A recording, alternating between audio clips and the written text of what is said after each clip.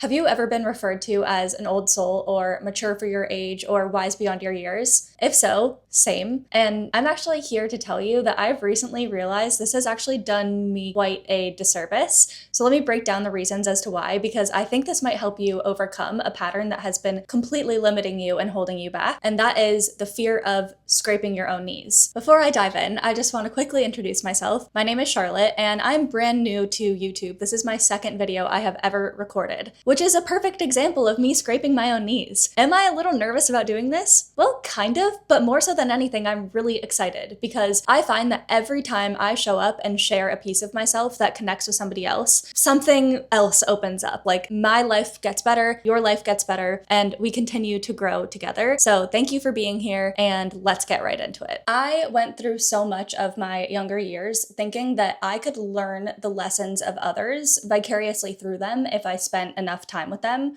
and then I would get to evade them myself. So for example, heartbreak? No, not for me. I watched my sister do it, so that means I probably don't have to. Falling in love with your best friend?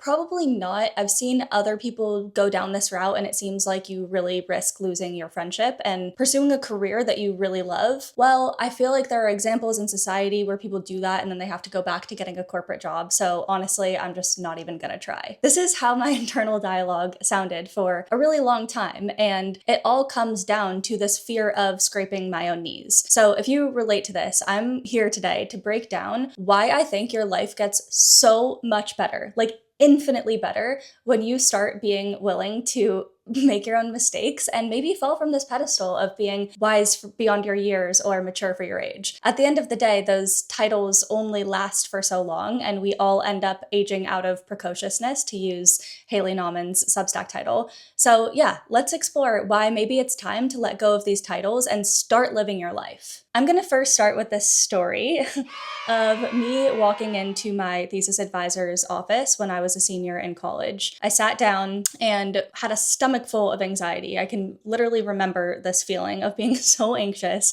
about writing this 100-page paper about the persimmon fruit, which is a story for another time. And I sat there probably trying to keep up this title of old soul, mature for my age. So I was asking her lots of questions and I realized that she was probably in her early 40s. She had 2 kids, 2 jobs. She had a partner that she loved and spent a lot of time with. And she seemed to exercise a lot. Like she looked amazing. And I was just sitting there thinking like, God, what must her routines be like in order for her to maintain this level of productivity? So I formulated some question around this and I sent it her way. And she looked at me sweetly, like somebody a little older than you does when they are about to deliver a hard but freeing truth. And she said to me, Char, stop trying to prepare for a season of life that you have not arrived at yet.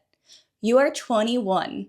Do your homework, stress about your summer internship, but stop trying to prepare for being a young mom of 2 with multiple full-time jobs. Like, you're not there yet and you may never be there. And when you are there, you're gonna have a lot more information that will help you go through that period of time. So stop trying to jump the gun. Relax into the stage of life that you are in right now.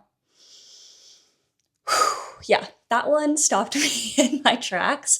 And I probably think about that like multiple times per week still, because it's so true and it applies to so much of life. Those of us who have been complimented for our precociousness tend to exhaust ourselves and deplete our options by ruling out anything that we've seen others fail at. We wade through life as though we're our own helicopter moms, like scanning the horizon, going, what's a threat over there? What's a threat over there? What's a threat over there? But this relentless preoccupation with others can actually backfire by making us feel really small and paralyzed. We think that we're helping ourselves by tending to our paths with such care, but we're actually doing such a disservice to our freedom, liberation, and ability to kind of fuck around and find out in this one short life that we're living. And let me tell you, I know this is a hard pill to swallow because it's been really hard for me to swallow this. I cannot tell you how badly I wanted this trick to work. I desperately wanted to be able to study other people's attachment styles and learn everything that they've learned through their relationships so that I didn't have to go through them myself, or look at somebody else who has a career that I want to have and study all of the steps that they've taken and the mistakes that they've made along the way so I can avoid them and not have to go through it myself. But I'm so sorry to say, it just doesn't work like that. And as soon as I realized that, this wasn't gonna work for me, my life got so much better, like infinitely better. Do you know what a gift it is to have the pleasure of scraping your own knees? The raw, vulnerable, experiential pleasure of getting to try something with a great deal of uncertainty and see how it unfolds, to realize that we're all in the middle of some story that we don't know what's going to happen. And we get to experiment and see what our main character is going to do and what the circumstances will be that comes of it. And if I look back on any moment in life in which I have taken action before I felt fully ready, that is where the richness and the marrow of life is. So I promise you that on the other side of scraping our own knees is where the good shit is where we really start living. So in order to overcome this old soul affliction, I'm gonna break this down for us in a few key parts. First, why do we do this? When those of us who are trying to maintain this wise beyond our years identity are at some crossroads in life, or there's a decision before us that we have to make, the tendency is to look to people around us who have done similar things and absorb or collect their lessons so that we don't have to learn them ourselves. And this isn't entirely wrong or problematic. I mean, that makes sense. That's a good strategy sometimes. But the problem here is that we don't really know the individual reason for why we need to do something until we get to the other side of it. And let me tell you a really good example of this. One of my dear friends, her name is JC, and she is a fellow old soul, mature for your age, knee scrape avoider. And a few years ago, she desperately wanted to start a podcast.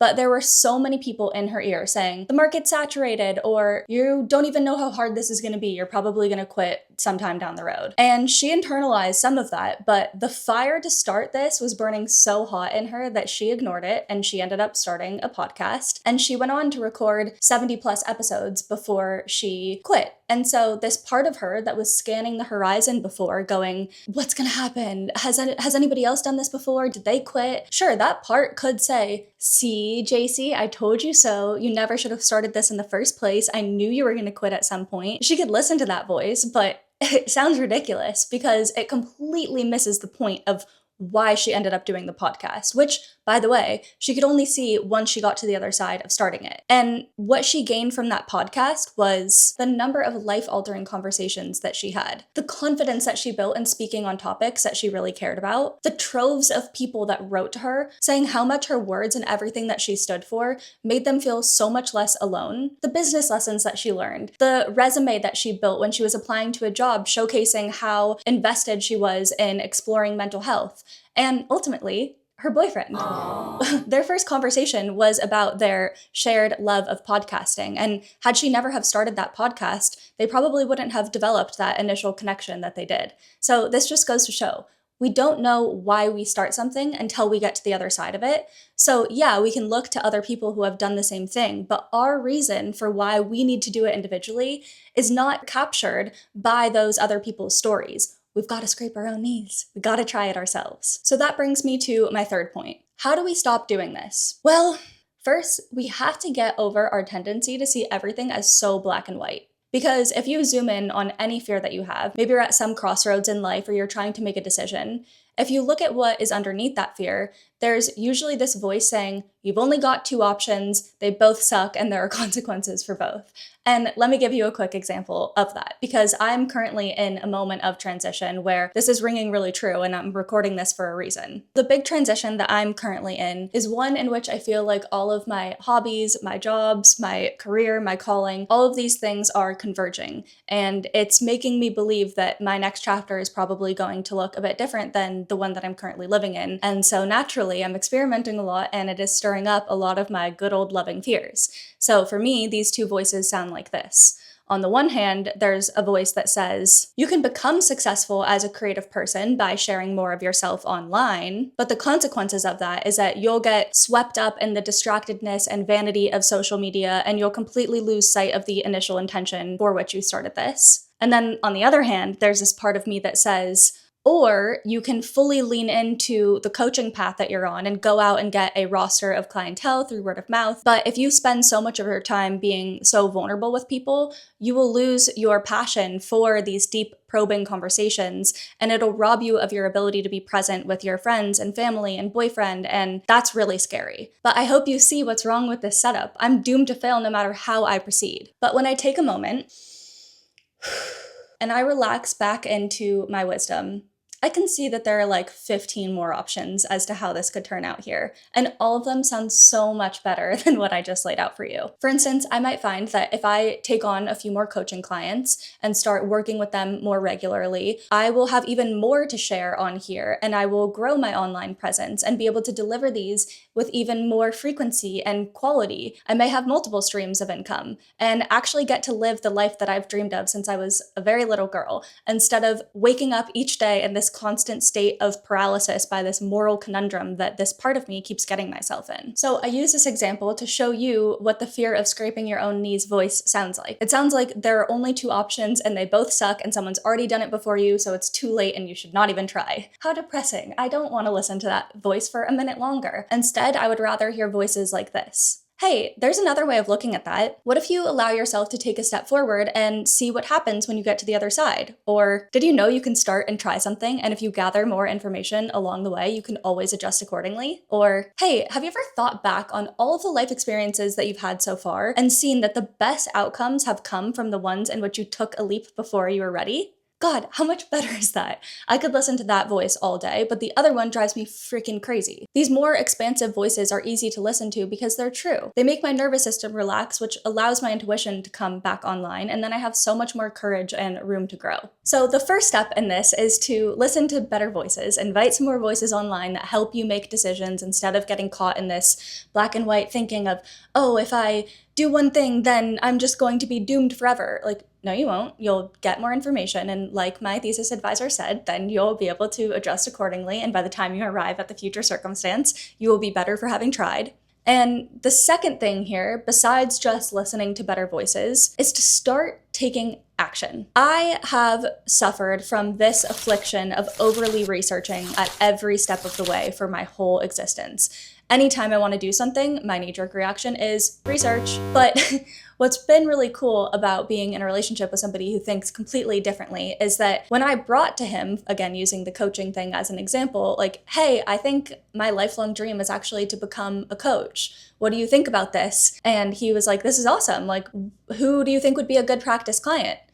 And I was like, practice client? Dude, back up. Wait a second. I obviously need to go to an institution for a couple of years before I have anything worth my salt to share. And he was like, okay, you could do that, or you could reach out to a distant family friend and see if they'd be interested in trying your coaching program. And I was like, oh, wait, that does sound kind of interesting. Maybe I could do that. I ended up taking his advice and reaching out to a few coaching clients, and I'm in love with it. Like, I don't think I've ever felt as fulfilled as I have in these conversations. So I'm very glad I did that. And of course, I will go on to get some form of accreditation. I absolutely adore school, and on my bingo card of things that I want to do and the rest of my life is go back to school for something. So I'm not worried about that. I actually think the lesson that I'm learning, and a lot of my clients are learning now as well, is how to take action before we feel fully ready, which is a hard thing to do if you have been called a old soul for your whole life, but so goddamn worthwhile. What this really also prompted me to start thinking about is, what does it mean to be ready? Like, there are these milestones that we try to fixate on because it feels like it'll help us mitigate some of this uncertainty and allow us to have more control. But if you actually think about what the arrival at that moment will be, I don't know. Readiness is a feeling. And so if you can get that feeling in your body now, you can just try taking a first step that might not require so much time and leverage and research and heavy lifting. And what happens when we start taking action instead of just researching? You build so much confidence, like an ungodly amount of confidence. When you show up and try something new and show yourself that you can do that, you get to know yourself so much better. And the more I've allowed myself to try things, even if I know, like, okay, these are the potential ways in which I could fuck up or fail, and do them anyways, the more momentum I've built, the easier it has become for me to just keep on trying new things and experimenting. And I feel kind of astounded by the amount of confidence and self-knowing that I've developed in the past few years just as a result of moving across the country before I was ready to do it, starting dating my best friend while I was absolutely terrified of losing the friendship, starting multiple projects that some have been really successful and others have had a lot of hard lessons in them. But through doing this and allowing myself to kind of just fuck around and find out, I have developed more confidence than I kind of knew possible. And if you ask my family members, they will say, yeah, that girl really has been sharing herself so much and we're surprised to see it. And I'm like, yes, I have been sharing myself so much because I would so much rather see what happens, collect my own data, try things out, maybe encourage some others to do the same, and learn my own lessons instead of just regurgitating the platitudes of other people. My lived experience is the richest asset that I have, and yours is too.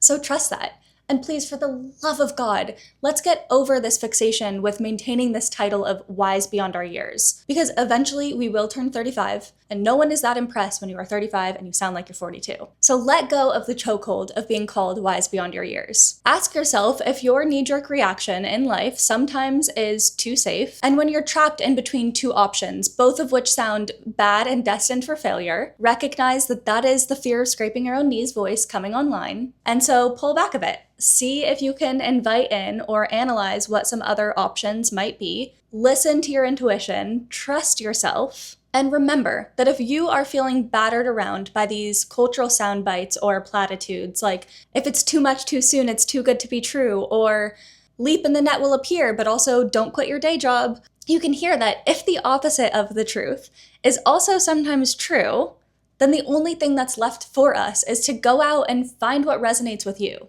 And in order to do that, sometimes you gotta just scrape your own knees, sweet pea. Thanks so much for getting caught up in Char's Web with me this week. If this resonates with you, make sure you subscribe and check out my other videos and also my Substack, Caught Up in Char's Web, where I post newsletters and essays around creativity, self-awareness, growth, relationship challenges, and everything in between. I'll catch you here sometime soon.